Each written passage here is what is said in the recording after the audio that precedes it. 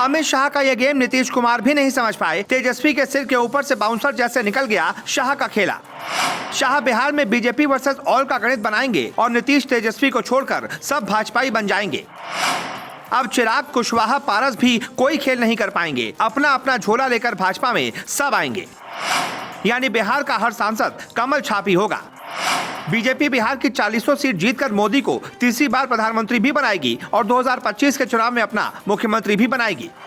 भाजपा के चाणक्य और गृह मंत्री अमित शाह ने बिहार में ब्रह्मास्त्र चला दिया, जिसकी काट बिहार के किसी भी नेता के पास नहीं है। लगता है बिहार में बीजेपी की सरकार बनवाए बिना वो चुप बैठने वाले नहीं हैं। इसके लिए उन्होंने बीजेपी का एजेंडा साफ कर दिया है, साथ ही 2024 चुनाव के लिए पहला पासा भी फेंक दिया है। दरअसल अमित शाह ने जो काम 2014 और 2019 के चुनावों में यूपी में कर दिखाया, वही काम 2024 में बिहार में करने वाले हैं, जिसके बाद मोदी तीसरी बार देश के प्रधानमंत्री भी बनेंगे और 2025 में बिहार में बीजेपी का मुख्यमंत्री भी बनेगा। भाजपा के चाणक्य अमित शाह बिहार में कैसे करेंगे खेला, ये बताएं उससे पहले जान लीजिए कि अमित शाह ने क्या कहा है। नवादा की रैली में अमित शाह ने कहा कि अब एनडीए में नीतीश कुमार की एंट्री संभव नहीं है। बिहार में 40 सीटों पर भाजपा के उम्मीदवार जीत दर्ज करेंगे। ये वो बयान है जिसने बिहार की राजनीति में सियासी भूचाल ला दिया है। नीतीश के लिए एनडीए में दरवाजे बंद होने के बाद जो समझ में आती है, लेकिन 40 सीटों पर भाजपा के उम्मीदवारों के जीत दर्ज करने के दावे के पीछे बहुत सोची समझी रणनीति है, जो बिहार की दूरगामी सोच को दर्शाती है। आपको बता दें, फिलहाल बिहार में नीतीश कुमार के नेतृत्व में महागठबंधन की सरकार है, जिसमें कुल 7 दल शामिल है। नीतीश कुमार की जनता दल यूनाइटेड, लालू यादव की राष्ट्रीय जनता दल, जीतन राम मांझी की Hindustani Awam Morcha secular, CPI, CPIM और सीपीआईएमएल।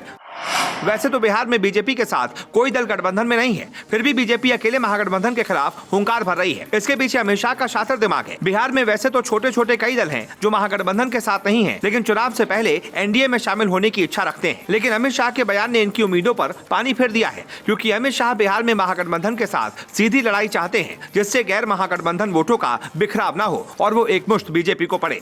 इसके लिए प्लान तैयार है। बीजेपी की नजरें जिन दलों पर है, उनमें चिराग पासवान की लोजपा, रामविलास गुट, पशुपति कुमार पारस की रालोजपा, उपेंद्र कुशवाहा की राष्ट्रीय लोक जनता दल मुख्य हैं।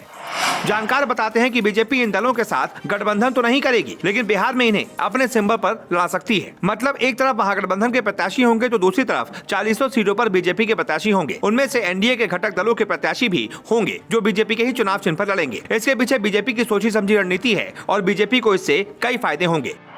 पहला फायदा, बिहार की जनता में संदेश जाएगा कि अब बीजेपी महागठबंधन से सीधी लड़ाई लड़ने के लिए तैयार है। जिन लोगों को लगता है कि चिराग पासवान, पशुपति कुमार पारस और उपेंद्र कुशवाहा को वोट देने से ये तो नहीं जीत पाएंगे, महागठबंधन जरूर जीत जाएगी, वैसे मतदाता बीजेपी के नाम पर इनके प्रत्याशियों को वोट दे देंगे, जिसका सीधा फायदा बीजेपी को होगा। दूसरा फायदा बीजेपी के अकेले लड़ने से ये होगा कि जो महागठबंधन में शामिल होंगे वो तो महागठबंधन के बैनर तले तो लड़ेंगे ही, जो एनडीए का हिस्सा हैं वो भी बीजेपी के सिंबल पर लड़ेंगे। लेकिन जो किसी भी गठबंधन के हिस्सा नहीं है और नीतीश लालू को हराना चाहते हैं, उन्हें बीजेपी के साथ आने की मजबूरी हो जाएगी और वो हर हाल में आएंगे, जिसका सीधा फायदा बीजेपी को होगा। तीसरा फायदा, बीजेपी के अकेले लड़ने से लालू और नीतीश के परंपरागत वोट बैंक के वो हिस्से जो अब लालू नीतीश को नहीं पसंद करते, उनके सामने छोटे छोटे दलों को ही वोट देने का विकल्प था। अब वो सारे लोग बीजेपी के प्रत्याशियों को वोट देंगे, क्योंकि महागठबंधन के अलावा उनके सामने सिर्फ बीजेपी को ही वोट देने का ऑप्शन होगा। इसमें भी सीधा सीधा फायदा बीजेपी को ही है। कुल मिलाकर कहें तो अमित शाह ने बिहार में ऐसी बिसात बिछा दी है कि नीतीश कुमार को तो अब मौका ही नहीं मिलने वाला, और जो लोग एनडीए में शामिल होना चाहते हैं उनको भी इशारा हो गया कि अब बीजेपी की छतरी के नीचे आकर ही लड़ना होगा, क्योंकि महागठबंधन और बीजेपी की सीधी लड़ाई होगी। या तो बीजेपी की शर्तों पर, बीजेपी के सिंबल पर लड़िए, या फिर अपनी हार के लिए तैयार रहिए।